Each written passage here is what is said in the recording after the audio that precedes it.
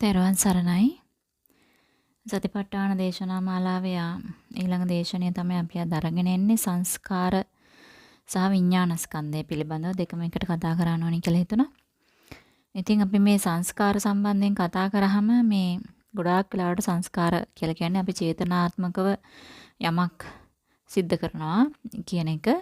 ඉතින් සංස්කාර වලට පාර කැපෙන්න ප්‍රධාන වශයෙන් බලපාන්නේ මේ සංඥාව ඊට කලින් තියෙන සංඥාවන්ගේ වෙනස් වීම. සංඥාවන්ගේ වෙනස් වීම තමයි ගොඩාක් වෙලාවට සංස්කරණය කරන්න චේතනාත්මක යමක් කරන්න පාර හැදෙන්නේ. මොකද මේ සංඥාවේ තියෙන මිරිඟු ස්වභාවය තේරුම් ගන්නේ නැතිකම නිසා. අපිට මේ සංඥාව කියන්නේ ඇත්තක් නෙමෙයි මායාවක්. ඒකේ ෂණ මාත්‍ර වශයෙන් වෙනසක් වෙනවා. අනිත්‍යයි මේක වෙනස් වීමෙන් පවතින දෙයක් කියන මේ මිරිඟු ස්වභාවය තේරුම් ගන්නේ නැති නිසා අපි හිතනවා මේක වෙනස් කරන්න පුළුවන් කියලා. සංඥාව කියන මේ සංඥාවෙන් ගත්තු දේවල් වෙනස් කරන්න පුළුවන් කියලා චේතනා පහළ කරනවා. ඒ අනුව සංස්කරණය කරන්න පටන් ගන්නවා. ඉතින් මේ ඉබේ සිද්ධ වෙන දෙයට ස්වභාවික ගලණයක් තියෙනවා මේ ලෝක ධාතුව තුල. ඒක ස්වභාවිකව සිද්ධ වෙන ගලණයට වෙන්න දෙන්නේ නැතුව චේතනා පහළ කරද්දී තමයි සංස්කාර කියන එක රැස් වෙන්නේ. ඉතින් සංස්කාර රැස් වෙනවා කියන්නේ කර්ම රැස් වෙනවා කියන එක. ඒ කියන්නේ සසර තමයි වැඩෙන්නේ. ඉතින් මේ ස්වභාවික සිද්ධියක කිසිම ප්‍රශ්නයක් නැහැ. ස්වභාවික සිද්ධි ගලණයක යමක් සිද්ධ වෙමින් පවතින මේ ස්වභාවික ගලණයේ කිසිම ප්‍රශ්නයක් නැහැ. අපි යමක් කරන්න හදනවා නම් යමක් කරන්නෙම චේතනාත්මකව ඒ කියන්නේ සංස්කරණයක් වෙනවා. අන්න එතන තමයි දුකට පාර කැපෙන්නේ, සසරට පාර කැපෙන්නේ. ඉතින් අපි මේක උදාහරණ වශයෙන් ගමු. අපි දැන් මේ සක්මන පරයන්ක වශයෙන් භාවනාවක් කරගෙන යද්දී අපි උදාහරණයක් පරයන්කේදී අපි කියනවා ඔබේ මූලික අරමුණ තෝරගන්න හුස්ම හෝ පිම්බීම හැකිලිම වශයෙන් තෝරගෙන මේ මූලික අරමුණට ඇහැට ඇහැ තියාගෙන බලන් ඉඳමින් මේ මූලික අරමුණ මෙනෙහි කරනවා. අපි හිතමු ඔබ තෝරගත්තේ හුස්ම නම් හුස්ම ඇතුල් වෙනකොට ඇතුල් වෙනවා පිට වෙනකොට පිට වෙනවා වශයෙන්. එහෙම නැත්නම් ආස්වාස ප්‍රස්වාස වශයෙන් මේක මෙනෙහි කරමින් තමයි අපි මුලින්ම මූල කමඨහනත් එක්ක යෝගාවචරයාට ගනුදෙනු කරන්න කියන්නේ. එතකොට මේ විදිහට දිගින් දිගටම අරමුණ මෙනෙහි කරමින් යද්දී පුහුණු යෙදෙන යෝගාවචරයන්ට අත්දැකීමක් ලැබෙනවා. මේ හුස්ම ගෙවෙන්න පටන් ගන්නවා. හුස්ම නොදැනී යන තැනකට එන්න පටන් ගන්නවා. හුස්ම සියුම් වෙන්න පටන් ගන්නවා.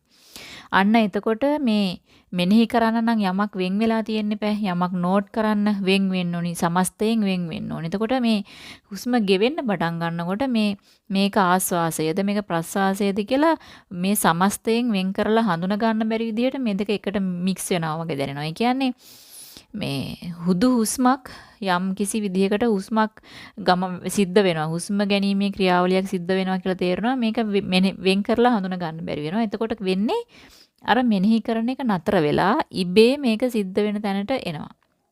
හුස්ම වැටෙනවා කියන එක ස්වභාවික සංසිද්ධියකින් වෙන්න පටන් ගන්නවා. මේ මෙනෙහි කරනවා කියන ක්‍රියාවලිය නතර වෙනවා. එතකොට මේ මෙනෙහි කරනවා කියලා කියන්නේ අතර මේක සංස්කරණයක්. සංස්කාර චේතනාත්මකව වෙන්නේ. හැබැයි ඇයි අපි ඒක ගන්නෙ? අර හුස්ම ගෙවීමත් එක්ක මේක හැලෙනවා. මේ සංස්කරණය නොකරන තැනකට මනස එනවා.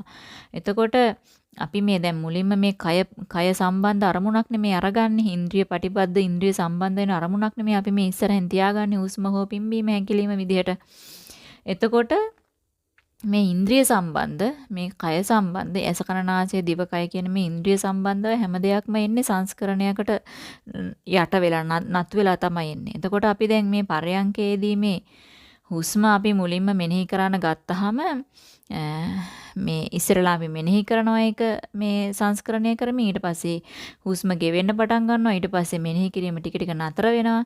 අන්තිමේදී මේ හුස්ම ගෙවිලා ගිහින් හුස්ම නොදැනෙන හුස්ම දැනෙන්නේ නැති සියුම් හිස් තැනක සියුම් තැනක විඥාණය බැස ගන්නවා. විඥාණයට ස්පර්ශ කරන්න පුළුවන් වෙනවා මේ හුස්ම නොදැනී ගිය සියුම් තැනක. ඒක ඉන්ද්‍රිය පටිබද්ධ නැහැ.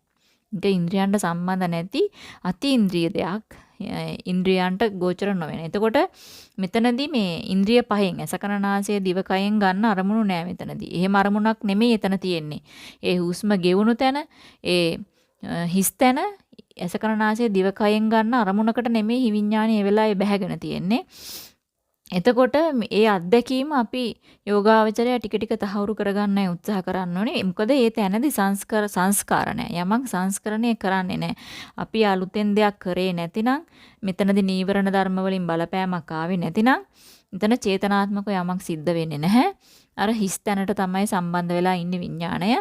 අපි දැනුවත්ව ඉන්නේ. එතකොට මේක ඉන්ද්‍රිය ප්‍රතිබද්ධ නැහැ. ඒ විඥානයේ පවතින තැන එතන පවතින තාක්කල් සංස්කාර රැස් වෙන්නේ නැහැ. මේක විපස්සනාවට දොර ඇරෙන තැනක් සහ මේක සමතයට අදාළ කෑල්ලක්. මේ මානසිකත්වයේ සමත කොටසක් සමාධි කොටසක් මේ තියෙන්නේ.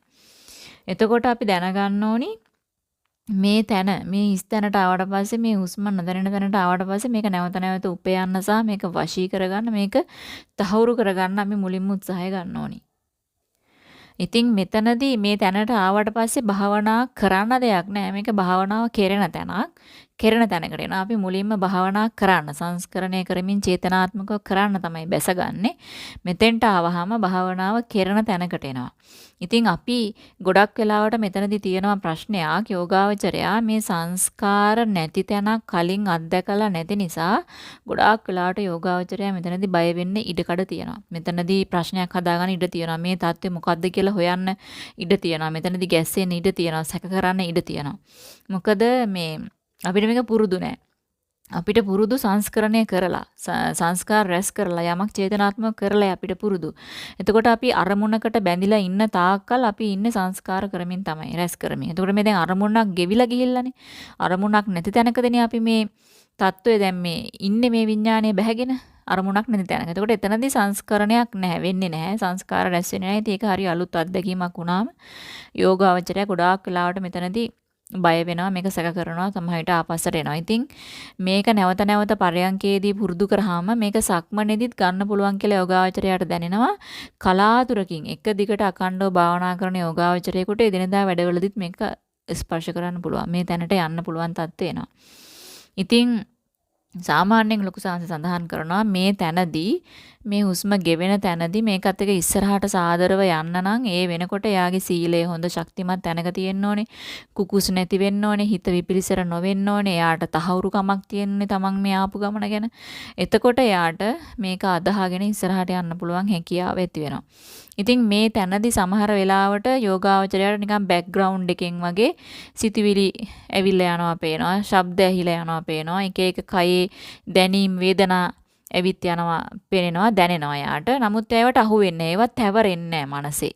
එයාට හොඳටම පේනවා මම ඉන්නේ හිස් තැනේ. මම ඉන්නේ මේ හුස්ම ගෙවුණු තැන අරමුණු කරමින්. ඒ අතරේ අර අනිත් අරමුණු ඇවිල්ලා යනවා එකක්වත් තවරෙන්නේ නැහැ. මනසේ තවරගන්නේ නැහැ. ඒක මනසට බලපාන තැනකට අල්ලගන්නේ නැහැ. මෙන්න මේ තැන තමයි මම ලොකු සාමාන්‍ය සඳහන් කරන්නේ මේ තැනදී තමයි විපස්සනාවට ආරම්භයක් ගන්න කියලා. ඉතින් මොකද මේ හැමදේම දැනෙනවා, කය දැනෙනවා, බෑග්ග්‍රවුන්ඩ් එකෙන් අරව ඇවිල්ලා යනවා දැනෙනවා. මේ ඔක්කොම තියෙන තැන තමයි විපස්සනාවට ආරම්භය ගන්නෙ. මොකද මෙතන චේතනා නැති, සංස්කරණය කරන්නේ නැති, සංස්කාර නැති තැනක්. ඉතින් මේක පුරුදු වුණාට පස්සේ මේ හිස් තැනේ මේ සංස්කාර නැති මේ චේතනා නැති තැන ඉන්න පුරුදු වුණාට පස්සේ හොඳ වශී කර ගැනීමක් වුණාට පස්සේ ඕන්නම් එයාට ආපස්සට ගිහිල්ලා පොඩි අරමුණු බලලා අර සිතුවිලි බලලා පොඩි කලබලයක් ඕනනම් එයාට කරගන්න පුළුවන්. හැබැයි එයා දන්නවා ඒක කරන්න යෑමෙන් වෙන්නේ අරගත්තු එකලාසෙ කැඩෙනවා කියන එක. ඉතින් ඒ නිසා එයා ඒක දන්න නිසා එයා යන්නේ නැහැ ආපස්සට. ඕනනම් ගිහිල්ලා එන්න බැරි කමකුත් නැහැ. මොකද දැන් එයාට මේ தত্ত্বය වශී වෙලා තියෙන්නේ. ඉතින් මෙතනදී භාවනාව විසින් භාවනාව කරගෙන යන්න පටන් ගන්නවා. භාවනාව ඉබේ සිද්ධ වෙන තැනකට එනවා. ඕන තරම් කාලයක් එතන ඒක වශී කරාම මේ தત્ත්වයේ ඉන්න පුළුවන් හැකියාව යෝගාවචරයට එනවා. ඉතින් මෙතනදී ලොකු සාහිණාංශේ හරි විශේෂ කාරණයක් මතක් කරනවා. මේ තැනදී එයාට මේ දේවල් වල යථා ස්වභාවය පේන්න ගත්තාම කලකිරීමක් හට ගන්නවා. නිබ්බිදාව කියන එක පහළ වෙන්න ගන්නවා. මොකද අති වේගයකින් තමන්ට හිතා ගන්න බැරි වේගයකින් දේවල් ඇති වෙලා බිඳලා යන එකයට පේන්න ගන්නවා. මෙතනදී ඒකේ තියෙන වෙහෙසකර බව, ඒක තමන්ගේ වසඟේ පවත්වන්න බැරි අනාත්ම ස්වභාවය පේන්න ගත්තාම මෙතනදී නිබ්බිදාව කියන එක පහළ වෙන්නේ එපා වීමක් විදිහට. කලකිරීම කියන එක පහළ වෙන්නේ එපා වීමක් විදිහට. පණ නැති ගතියක් විදිහට. එතකොට මේක මේ මේ தത്വයට මුහුණ දෙන්න ඇත්තටම යෝගාවචරය දක්ෂ වෙන්නත් ඕනේ. ගුරුවරයා ට හොඳ ලොකු වගකීමක් තියෙනවා යෝගාවචරයට මේක පහදලා දෙන්න සහ ගෝලයාට ඒ භාවනා කරන යෝගාවචරයට කමඨහන හරියට සුද්ධ කරගන්න වෙනවා. නැතිනම් ගොඩක් වෙලාවට යෝගාවචරය කරන්නේ මෙහෙම කලකිරීමක් එන්න පුළුවන්ද, මෙහෙම එපා වීමක් එන්න පුළුවන්ද, මෙහෙම මුස්පේන්තු ගතියක් එන්න පුළුවන්ද කියලා සැක කරලා සමහරවිට භාවනාව අතාරින්න පුළුවන්, ගුරුවරයා අතාරින්න පුළුවන්, වෙන තැන්වලට යන්න පුළුවන්, එයාට විශ්වාසය නැති වෙන්න පුළුවන්. ඉතින් ඒ නිසා ගුරුවරයා උපක්‍රමශීලීව මෙතනදී කටයුතු කරන්න ඕනේ. මේ කියන එපා වීම, මේ නිබ්බිදාව කියන එකත් එක්ක යෝගාචරයට ගනුදෙනු කරන්න උදව්වක් එන විදිහට ගනුදෙනු කරන්න උපකාර කරන්න ගුරුවරයා දැනගන්න ඕනේ. ඒ වගේම මේ භාවනා කරන කෙනාටත් ලොකු විශ්වාසයක් හට ගන්න ඕනේ. මානසික සුත්තමේ වශයෙන් සහ කමඨාන් සුද්ධ කර ගැනීම වශයෙන් මේ සිද්ධ වෙලා තියෙන්නේ මොකක්ද කියන එක පැහැදිලි කරගන්න. එයාට ලොකු විශ්වාසකින් වැඩ කරන්න පුළුවන් වෙන්න ඕනේ.